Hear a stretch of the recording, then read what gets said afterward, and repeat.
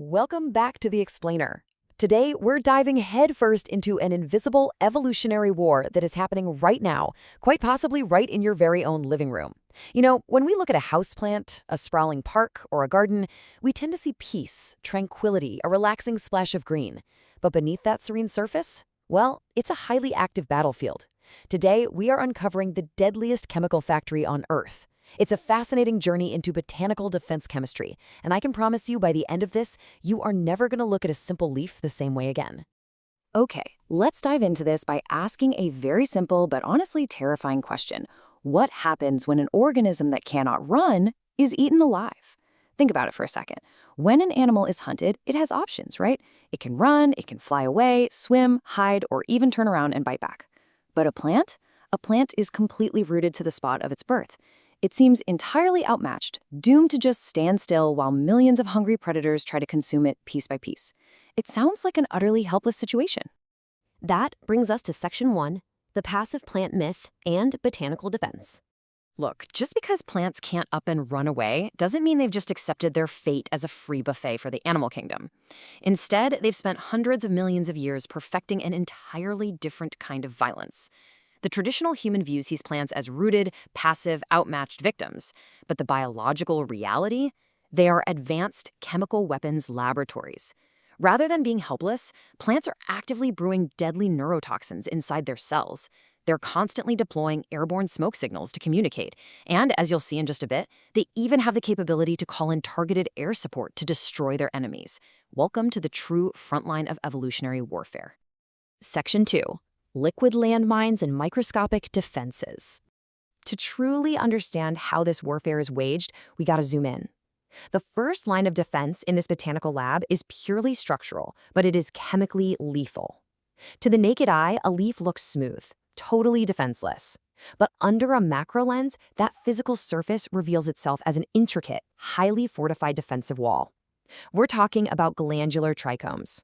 These are microscopic, glass-like hair structures covering the leaf that act as highly pressurized chemical reservoirs.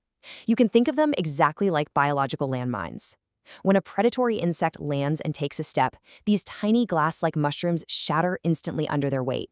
And when they break open, they release a highly concentrated rush of toxic chemical compounds directly onto or even into the predator. So what exactly is in that toxic rush? Alkaloids. These are defensive chemical compounds engineered by plants specifically to mimic and completely hijack animal biology. When that trichome shatters, it floods the attacking insect with these alkaloids, and the effects are immediate, structural, and absolutely devastating.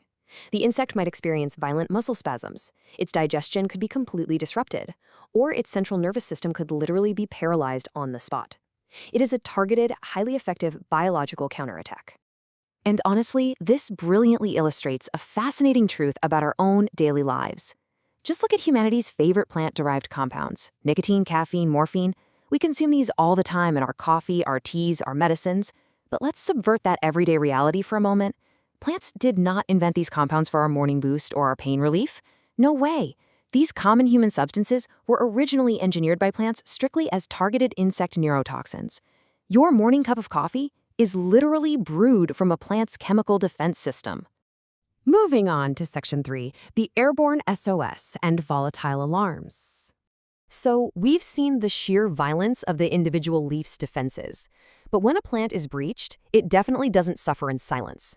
It initiates an airborne SOS, shifting from a localized counterattack to a beautifully complex broadcasted warning system. It releases volatile organic compounds, or VOCs for short. These are wireless, airborne distress signals broadcasted by damaged plants. You know that sweet scent of freshly cut grass on a summer day?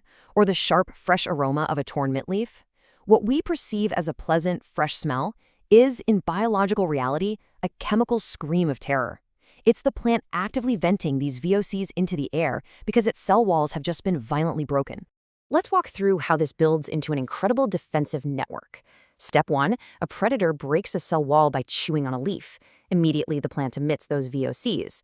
Then, neighboring, completely healthy plants intercept and absorb these drifting molecules through their stomata.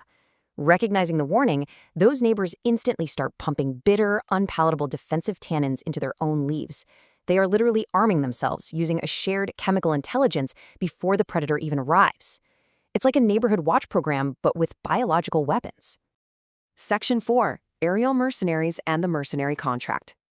But the intelligence doesn't stop there. A plant's most genius chemical hack isn't just warning its neighbors so they taste bitter, it's hiring an outside army. That's right, when they're outmatched on the ground, plants have this astonishing ability to recruit from the sky to do their fighting for them. I absolutely love this quote, an alliance written entirely in code. This is referring to a verified, heavily documented ecological phenomenon known as tritrophic interactions. Basically, it means plants actively manipulate their volatile emissions to summon the natural predators of the very herbivores attacking them. They aren't just screaming for general help, they're broadcasting a highly specific distress beacon, tailored to draw in the exact predator that can save them. So the crucial point here is exactly how tactical and precise this whole process is. Say a specific caterpillar chews a leaf. The plant's internal sensors actually analyze the predator's saliva to identify exactly what is eating it. Seriously. Then, the plant alters its VOC recipe into a highly specific homing beacon. And finally, elite parasitoid wasps, pretty much the caterpillar's absolute worst nightmare, detect that exact scent trail, dive out of the sky, and neutralize the caterpillars by injecting their eggs straight into them. The plant actively brews a custom scent trail to draw in its own private air support. And finally, Section 5, the Planetary Defense Matrix and Macro-Scale Warfare. The next time you look at a peaceful green garden, a dense forest, or even just your houseplant collection sitting quietly by the window, remember that it is not a passive sanctuary. The green world around us is a hyper-intelligent matrix of chemical engineering, where every single leaf is armed, dangerous, and constantly communicating. But maintaining this sophisticated level of warfare, it comes at a really high price. Chemical defense requires a massive amount of cellular energy. It takes a huge biological toll on a single plant to constantly brew complex alkaloids, emit precise VOCs, and chemically analyze caterpillar saliva. Which brings up an incredible, almost unbelievable thought. What happens when these individual plants stop fighting alone and stand together as a massive collective? If one single leaf can summon a wasp by altering its chemistry, we really have to ask this final question. How does a forest defend an entire continent by manipulating weather, summoning rain, and altering clouds? Because when they scale this warfare up to a planetary level, the rules change entirely. If you think a leaf calling in an insect mercenary is wild, just wait until you see how the grand architects of the sky manage their planetary defense. That's all for today's explainer. Keep your curiosity sharp and never, ever underestimate the world right outside your window.